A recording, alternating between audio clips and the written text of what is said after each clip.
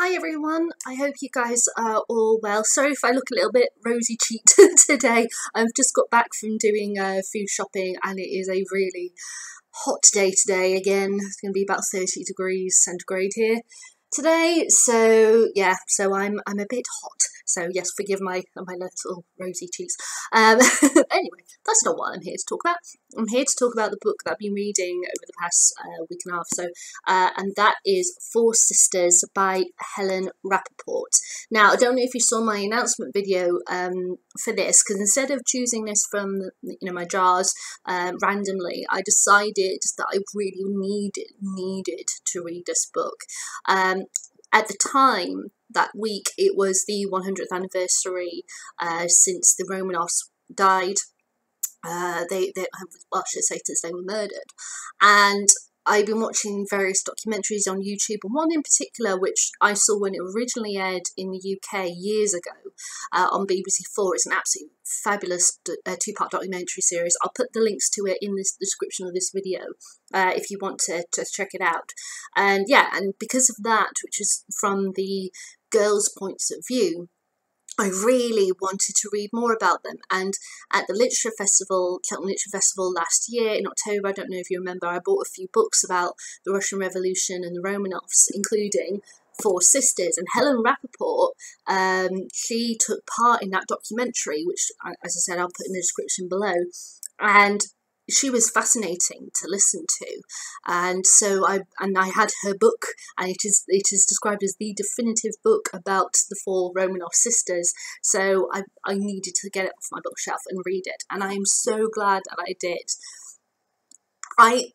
I found myself yesterday. I was going to do this yesterday evening when I finished, but I decided to wait until today because I was so emotionally affected by this book. I was crying. It's not often that I actually cry at biographies or autobiographies. On occasion I do, like when I read the Bruce Springsteen autobiography a year ago. It was last June, I remember, because I took it to Stratford with me on the week of my birthday. And yeah, so I'm not emotionally detached, as it were, when it comes to biographies and autobiographies, but they just don't often make me cry. And I was absolutely bawling my eyes out at the end of this book. It's not just a well-written book, it's beautifully constructed. It beautifully portrays these girls, as their individual characters. Even when they were growing up, their mother referred to them as the big pair and the little pair, because the older siblings were Olga and Tatiana, and the younger sisters were Maria and Anastasia. And she referred to them as the big girls and the two couples and the little girls. And she would either dress the two sets of girls in same outfits, or all four girls had the exact same outfits every day. So they didn't really have their own identities, even though they did have, obviously, their own identities, their own different personalities. They were never felt that they could really show them, express them. I love how different they all were. And on the cover, just so you know, so that's Olga, the eldest, then the second eldest, Tatiana, then Maria, and then the youngest, Anastasia. So there were some things that I didn't anticipate that I would find out about them. How, because they had a very, very sheltered life, and when I say very, they were locked away in the palace with their parents. They made, I think, 3 formal acquaintances, three events where public could see them in the space of the last, I think, 7, maybe 8 years of their life. 3 appearances. So, I mean, that alone tells you. And that's when the older girls were of marrying age, and they were going out because their parents were trying to find men for them, so they were doing these visits and such to be able to sort out these matches. And that's when, yeah, so that's when they were older. When they were younger, they were completely shut away in this palace with their parents and their little brother Alexei, who, once he was born, he took first place and they were shoved down into second place. They weren't the priority anymore, and Alexei got completely spoiled rotten.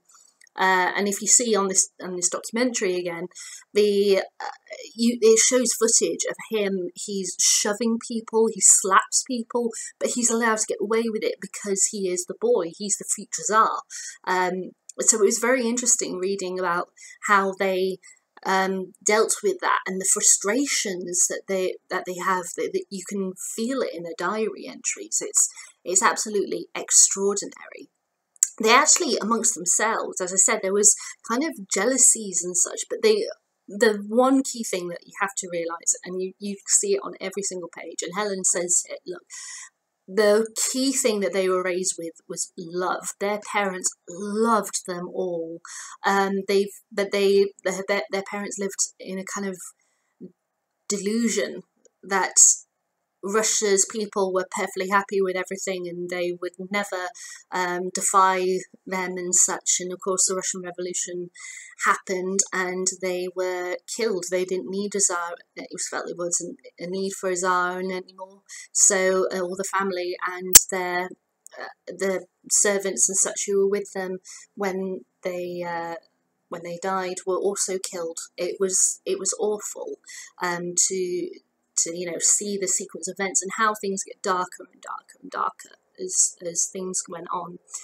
Other things I didn't anticipate. I really felt sorry for, or should I say, I really connected the most with Maria and Olga. Now, Olga, she was the oldest, but she was the most sensitive.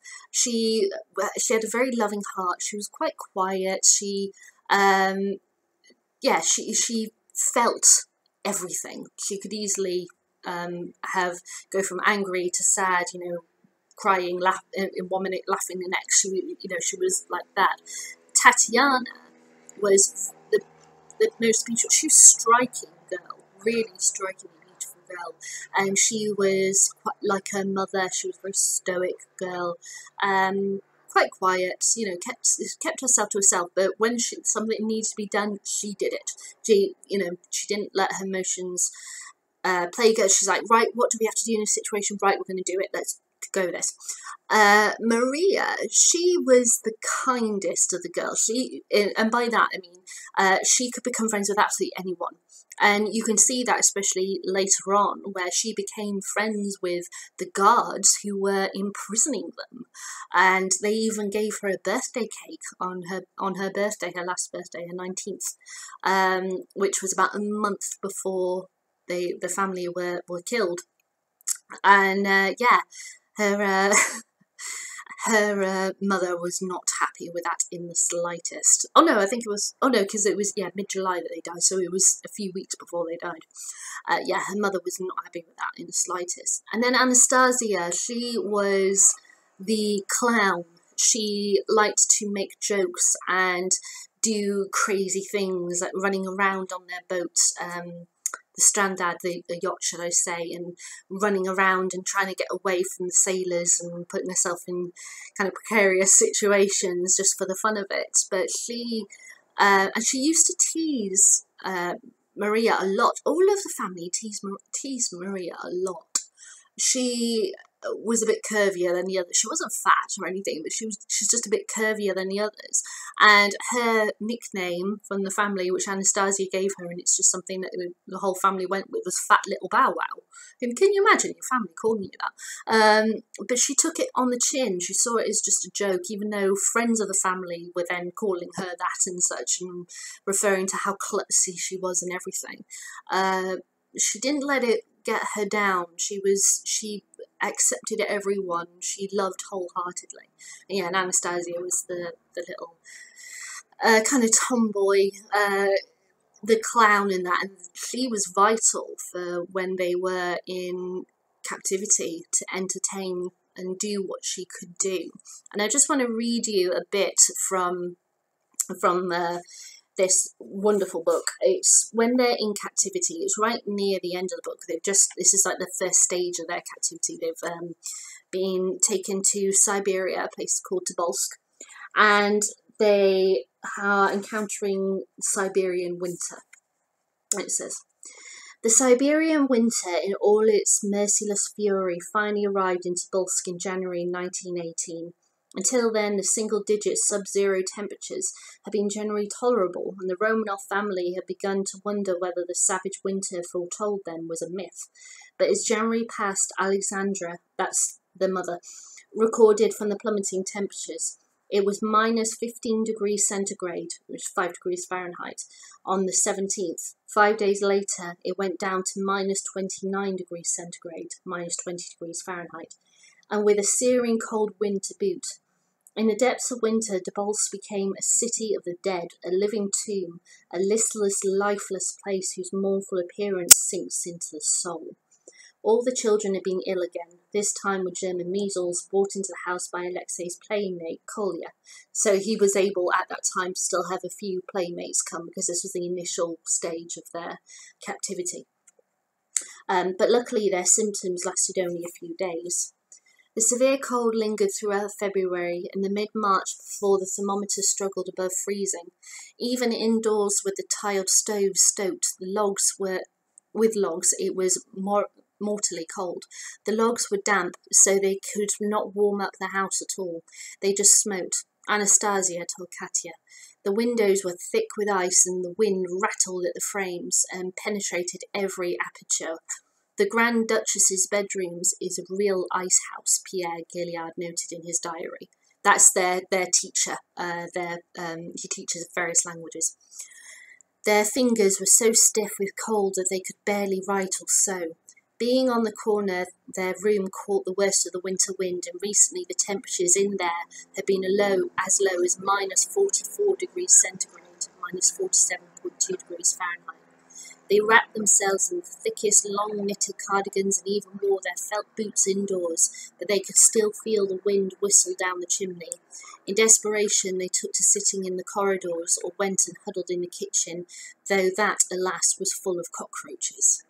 I mean, can you imagine that, going from having a very lavish life to then being shoved in this house and said, right, sit and wait, and we'll see what happens to you. And then they got moved on to another location. Over the span, it was about a year that the various captivities happened in the first stage and the second stage before they were finally killed. One thing I have to say I totally love and respect Helen for doing is that this book is about their lives. It's not about how they died. And so when you get to the point where they died, she talks about how in the very early hours of the morning on the 17th of July 1918, they were woken up and told, oh, there's issues with the building, safety of the building, we need to go down to the basement. So without any fuss, without showing any kind of emotion in that, they did what they were told. They went down there with their servants and the door was shut. And then she, straight away after that paragraph, she talks about how it's announced that Nicholas, the father of the family, has been killed, and then it goes on to the return of a postcard that Olga wrote, the last thing that she wrote, and that's the end of the last chapter. There is an epilogue afterwards, but the epilogue talks about each of the friends and family members that you meet in this book and what happened to them. It doesn't talk about the family, almost what happened in that basement, what happened to their bodies, the discovery of their bodies and such that has gone up, that has happened since. And we don't get to read any of that, and I love and respect Helen for doing that, because obviously the way that they died is the thing that you remember when you think about the Romanovs is how they died. You don't think about how they lived. And yeah, for Helen to do that, it was wonderful to have that. I would definitely read this again. I would definitely recommend it to anyone. Reading the diary entries and the letters from the girls is extraordinary. There's one letter here that I love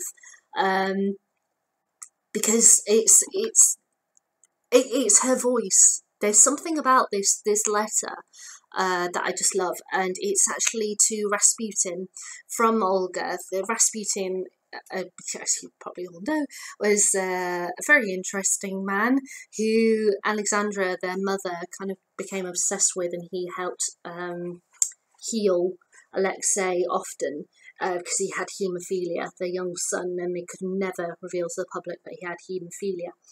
And so he was a friend of the family, and he often would kiss the girls goodnight and such in the bedrooms, and they would confide in him because they couldn't confide in their mother. She was constantly ill. A lot of it was psychosomatic, and yeah, she just constantly shut herself away from her children.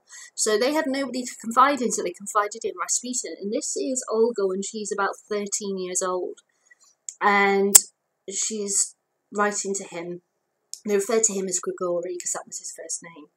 And yeah, she's talking about a man who she's developed a crush on. And she says, "My precious friend, we often remember you, how you visited us and talked to us about God. It's hard without you. I have no one to turn to about my worries, and there are so very many of them. Here is my torment. Nikolay," that's the man who she's got a crush on. "Nikolay is driving me crazy. I only have to go to the Sophia Cathedral and see him and can climb the walls. My whole body shakes. I love him. I want to fling myself at him. You advise me to be cautious, but how can I be when I cannot control myself? We often go to Anne's. Every time I wonder whether I might meet you there, my precious friend. Oh, if only I could see you there again soon and ask your advice about Nikolay. Pray for me and bless me. I kiss your hands, your loving Olga." There's obviously you can kind of relate with the whole thing of she's a teenage girl, she's got a crush on this man, and how she feels and such, and it just bursting out of her, and her frustrations and such, and not being able to talk to anyone about it. It's a wonderful letter, and I just, yeah, there's something about that letter, and the thing that set me off crying was the last letter that Anastasia sent her friend. And she's writing about how they're going on a long journey and she doesn't know where they're going, but she'll try and write and such. And her very last line of her last letter says, "Goodbye, my friend. Please don't forget me." And to have that be her final written words, that it's heartbreaking, absolutely heartbreaking, and that's what set me off crying, and then I was just gone from there on. So it's not just a good book, it's not just a piece that should, it's about time that it's been written, so it is beautifully done. It's a beautiful portrait of these wonderful girls who just sadly grew up in a situation where they couldn't do anything about it, and their parents were kind of, I hate to say it, but they were too delusional to realise what was going on. If only they had realised sooner, if only they had gotten those girls out, and obviously their son Alexei. But then there's also the thing that they couldn't be moved when the offer was there for them to go because they were too ill. You know, if only they weren't ill. But Helen has written this absolutely stunning book, and I like that in the back on her acknowledgement, the very last paragraph, she says, "Living with the 4 Romanov sisters has been a particularly intense emotional experience, but also a very gratifying one. They and Russia, for which I have an enduring love, have inspired me as a writer, and I sincerely hope that I have done them and their all too short lives justice." I think you have, Helen. I really, really think you do. You should be so proud of this. They would be proud, I think, of what you've presented, and thank you so much for writing this wonderful book. This is not going to be leaving my bookshelf anytime soon. I will gladly read this over and over again. Okay, guys, so that was my thoughts on 4 Sisters by Helen Rappaport. Sorry, I just said her name wrong. Sorry, Helen.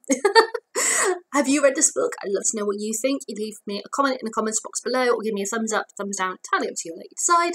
And I will be back shortly to announce which book I'm going to be reading next, which is fiction. And I will see you guys later. Bye!